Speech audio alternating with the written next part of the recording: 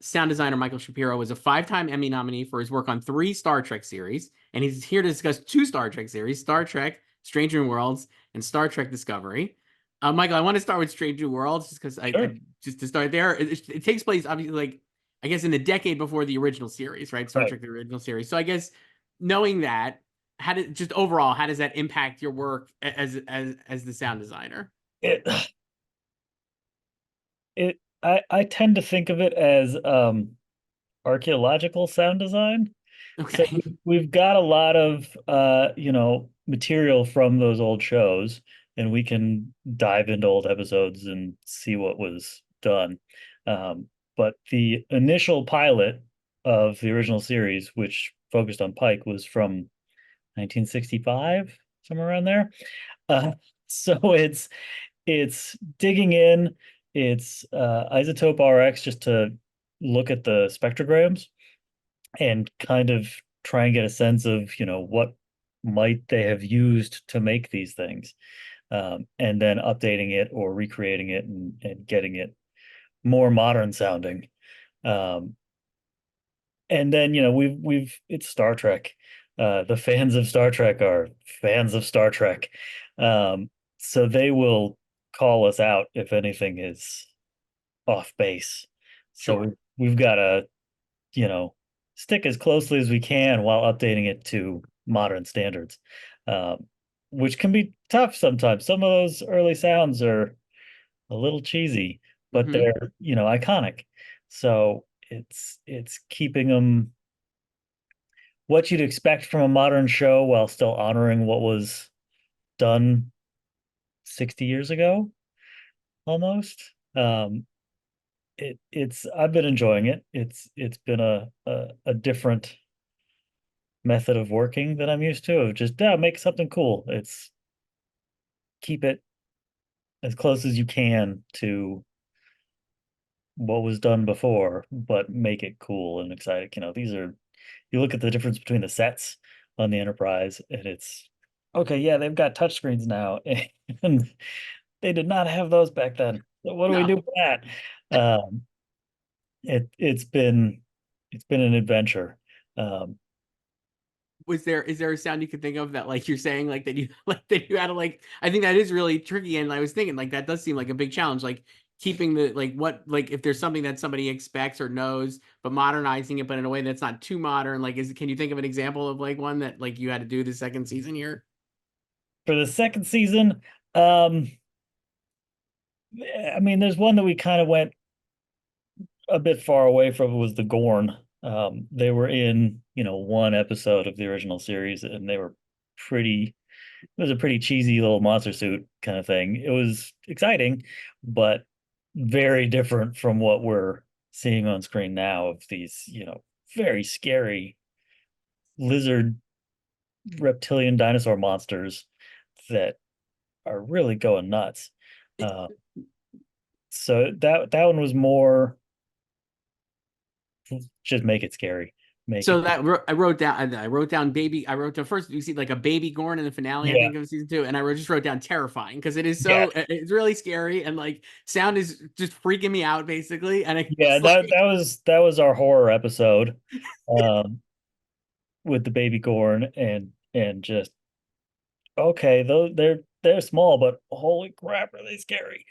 Um, that one was one of our sound editors, Kip Smedley had he has an alpaca farm.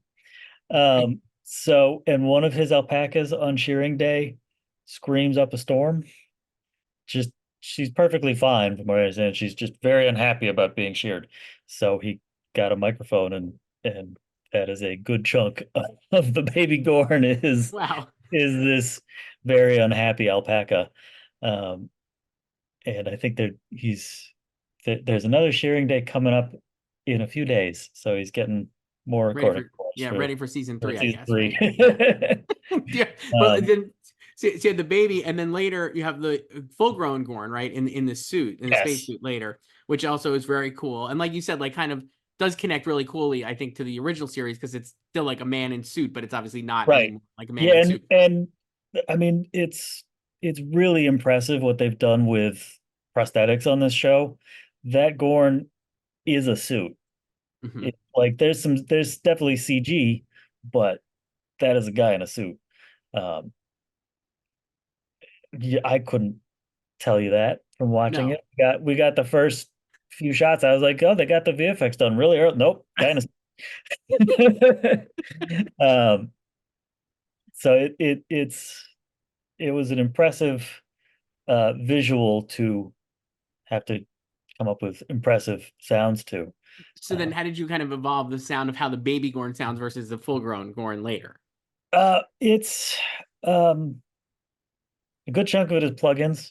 It's Melda M Morph to get those. I'm still using the alpaca sounds, but they're combined with alligators and pigs and myself making weird sounds into a microphone uh, and just trying to turn it up to 11 and a bit bigger, deeper, even angrier and scarier. These ones are smarter because they're bigger, so they're not just screaming. They're I think there's a moment where he's kind of trying to uh, use one of the control panels and open up a airlock or trying to get control of some part of the ship. And so you hear him. He's still scary, but I was trying to kind of go for the like, you know, grumbling at a machine that's not doing what he wants it to, uh, while still being a 8 foot tall, terrifying lizard monster. Uh, so It's really, yeah. No, it's really great. It's so great. And even that whole sequence is great. I was just even, it was like the sound of its death is amazing. Like I just found all of the whole way that sequence is put together, is like fantastic. And I thought all the thank you. sound, not just the gore, but like all the stuff that's going on. It's just so great too. Yeah, though it was all anti-gravity or lack of gravity, I guess. So doing a zero G fight scene in spacesuits was interesting. Um, and Star Trek has never ascribed to the idea of there's no sound in space. It's you know it's the one thing you always see. There's no sound in space. Well, it's Star Trek. It's fine. Um, It would be so pretty boring if there was no sound in space. yeah, Let's be it's real. like yeah, we could do it with no sound in space. My job would be a lot easier. Um, but you get bored of watching the show. Yeah.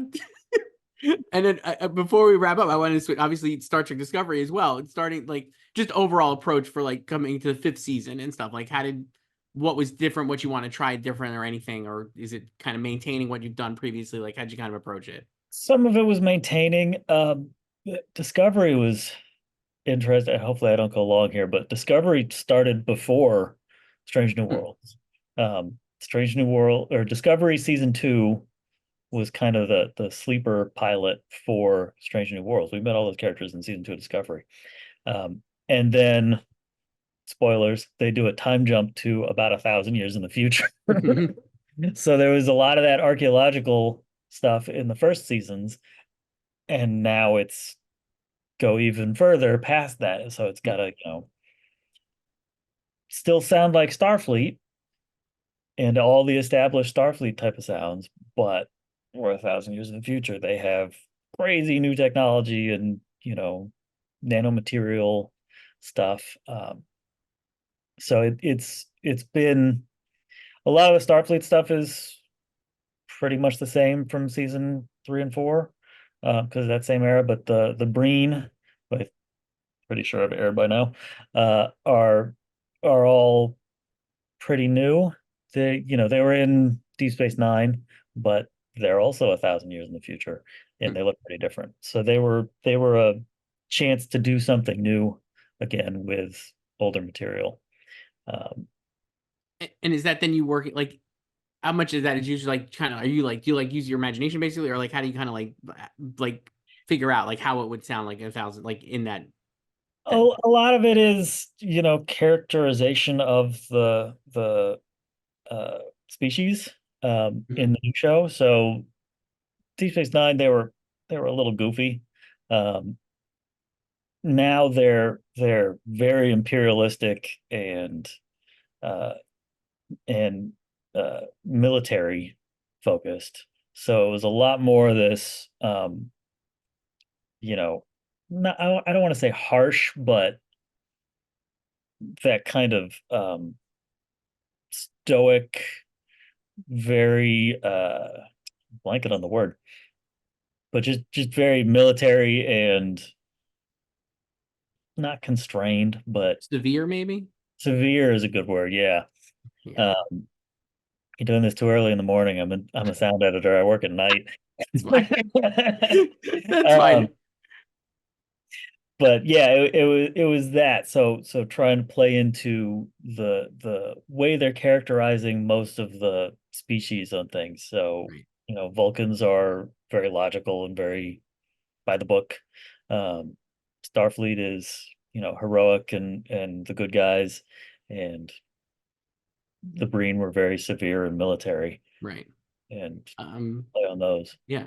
Well, it's great stuff. Sound designer Michael Schapiro, But yeah, for Star Trek Strange New Worlds and Star Trek Discovery. Thank you so much for doing this. oh, thank you.